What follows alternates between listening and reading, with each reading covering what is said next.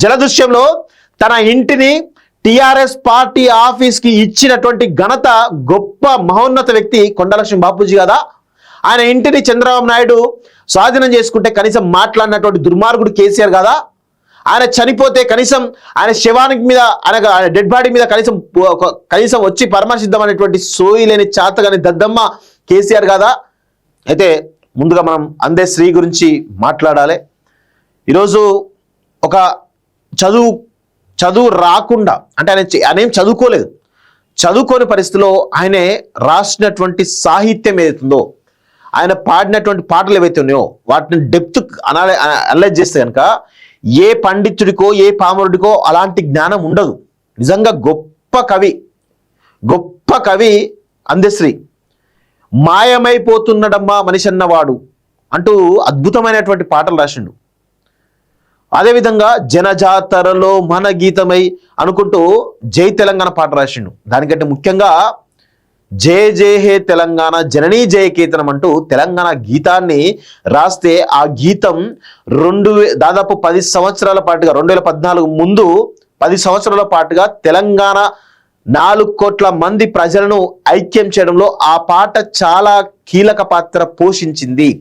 దాని తర్వాత 2014 తర్వాత కేసీఆర్ ఎందుకో ఆ పాటను జాతీయ గీతంగా చేయలేకపోయింది రాష్ట్ర గీతంగా. కానీ తర్వాత రేవంత్ రెడ్డి వచ్చిన తర్వాత రాష్ట్ర గీతంగా ప్రకటించి అఫీషియల్గా విడుదల చేయడం కూడా జరిగింది. ఇది అందరికీ కూడా తెలుసు. సో ఈరోజు నేనేమంటా ఉన్నానంటే అందశ్రీ గారికి ఖచ్చితంగా వారి సాహిత్యం కావచ్చు, లేకపోతే వారి యొక్క కమిట్మెంట్, పేద ప్రజల పట్ల వారికి ఉన్నటువంటి కమిట్మెంట్ ఏదైతుందో, ముఖ్యంగా వారు రాసినటువంటి రచనలు కావచ్చు, వారు చేసినటువంటి సేవలు కావచ్చు, ఇవన్నింటినీ కూడా రాష్ట్ర ప్రభుత్వం గుర్తించి వారి పేరిట ఒక స్మారక వనాన్ని ఏర్పాటు చేయాలని చెప్పేసి కూడా, స్మృతి వనాన్ని ఏర్పాటు చేయాలని చెప్పేసి కూడా ఈరోజు తెలంగాణ సమాజం నుంచి భారీగా డిమాండ్స్ వస్తూ ఉన్నాయి. అదేవిధంగా ఒక యూనివర్సిటీకి వారి పేరు పెట్టాలి, లేదంటే ఒక సాహితీ రీసెర్చ్ సెంటర్ కూడా వారి పేరు మీద పెడితే బాగుంటుంది అనేది చాలా రకాల డిమాండ్స్ అయితే వినిపిస్తూ ఉన్నాయి. వారి కుటుంబాన్ని కూడా ఆదుకోవాలని చెప్పేసి కూడా వినిపిస్తూ ఉన్నాయి.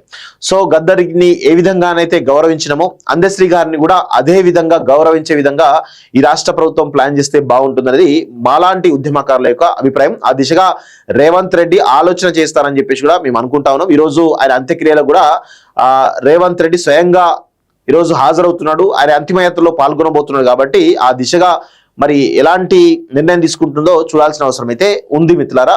సో ఇలాంటి మహానుభావుడిని కోల్పోవడం తెలంగాణకు తీర నష్టం. ఎందుకంటే గత కొంతకాలంగా మనం చూస్తా ఉన్నాం, గూడె అంజన్న లాంటి వాళ్ళు కానీ, లేకపోతే గద్దరన్న లాంటి వాళ్ళు కానీ, అందశ్రీ లాంటి వాళ్ళు కానీ, వీళ్ళందరూ కూడా నేల కొరుగుతుంటే తెలంగాణ సమాజం, తెలంగాణ తల్లి తల్లడిల్లిపోతా ఉన్నది.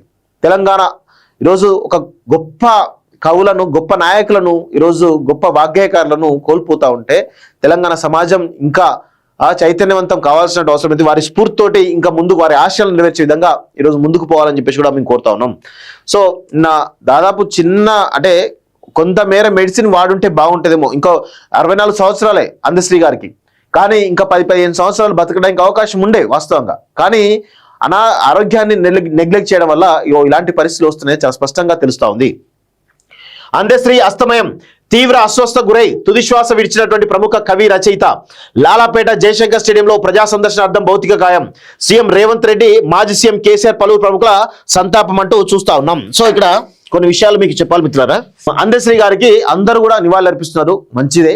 కానీ నేను ఒకటే అడుగుతా ఉన్నాను, మాజీ సీఎం కేసీఆర్ ఎవరైతే ఉన్నారో మనం చూసినాం, జూన్లో మాగంటి గోపీనాథ్ చనిపోయే ముందు కేసీఆర్ వచ్చిండు, ఆయన హాస్పిటల్లో చూసిండు, మనందరూ కూడా తెలుసు.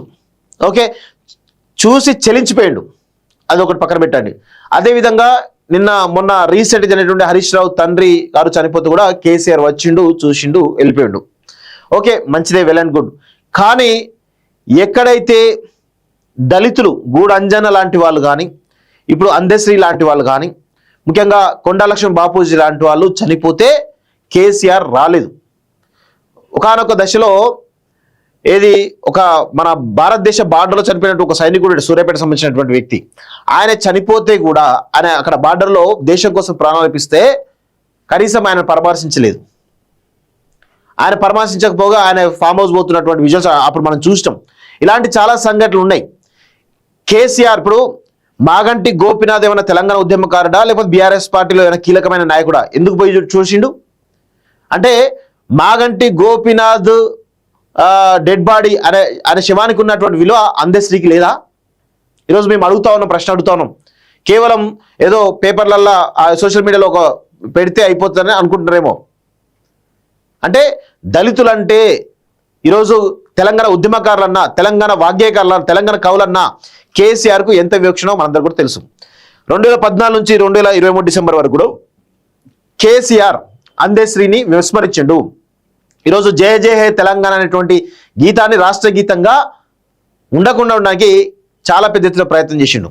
ఎవరైతే తెలంగాణ ఉద్యమంలో కీ మెంబర్స్గా ఉన్నటువంటి వాళ్ళు, అటు కళాకారులు కావచ్చు, లేకపోతే ఉద్యమకారులు కావచ్చు, రాజకీయ నాయకులు కావచ్చు, అందరినీ కూడా గత 10 సంవత్సరాల కాలంలో కేసీఆర్ అనగదొక్కిన మాట వాస్తవం.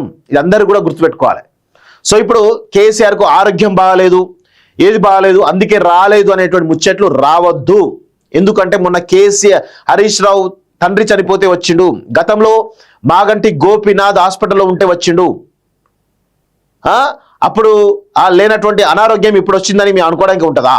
బరాబర్ కేసీఆర్ రావాలి. రాకపోతే ఖచ్చితంగా తెలంగాణ ద్రోహిగా, దళిత ద్రోహిగా కేసీఆర్ను ఖచ్చితంగా అభివర్ణించాల్సిన అవసరం అయితే ఉంటుంది. ఇది 100% గుర్తుపెట్టుకోండి. కేసీఆర్కి ఏ విధంగా ఉద్యమకారులన్నా కానీ, లేకపోతే దళితులన్నా కానీ, లేకపోతే పెద్ద పెద్ద తెలంగాణ ఫ్రంట్ లైన్లో పనిచేసినటువంటి వాళ్ళన్నా కానీ ఎంత అసూయ ఉంటుందో ఒక్కసారి మనం అర్థం చేసుకోవాల్సిన అవసరం అయితే ఉంటుంది. ఈరోజు గద్దర్ చనిపోతే నెక్స్ట్ డే వచ్చిండు, వాస్తవంగా వచ్చిండు. రాకపోతే ఆయన తిడతారు, కొడతారు అని చెప్పేసి ముఖం మీద గాంటించు ఉమ్ముతారు అని చెప్పేసి వచ్చిండు తప్ప లేకపోతే రాకపోతుండే. అది అందరికీ తెలుసు కదా.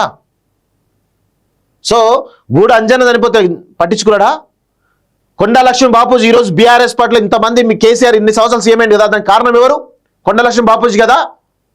జలదృశ్యంలో తన ఇంటిని టిఆర్ఎస్ పార్టీ ఆఫీస్కి ఇచ్చినటువంటి ఘనత, గొప్ప మహోన్నత వ్యక్తి కొండా లక్ష్మణ్ బాపూజీ కదా. ఆయన ఇంటిని చంద్రబాబు నాయుడు స్వాధీనం చేసుకుంటే కనీసం మాట్లాడినటువంటి దుర్మార్గుడు కేసీఆర్ కదా.